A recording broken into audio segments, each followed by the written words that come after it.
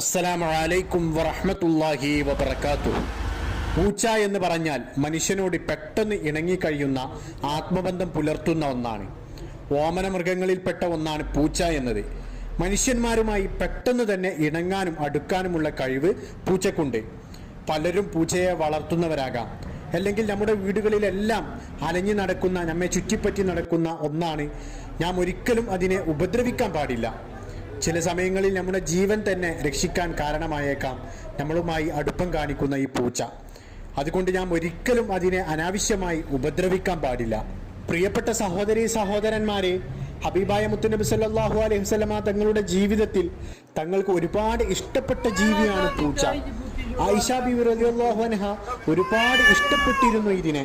ഒരിക്കൽ ആയിഷ ബീവി റളിയല്ലാഹു അൻഹ തൻ്റെ കൂട്ടുകാരികളോടൊപ്പം ഭക്ഷണം കഴിക്കുമ്പോൾ പൂച്ച വന്നിട്ട് ആ ഭക്ഷണത്തിന്റെ ഒരു ഭാഗത്ത് നിന്ന്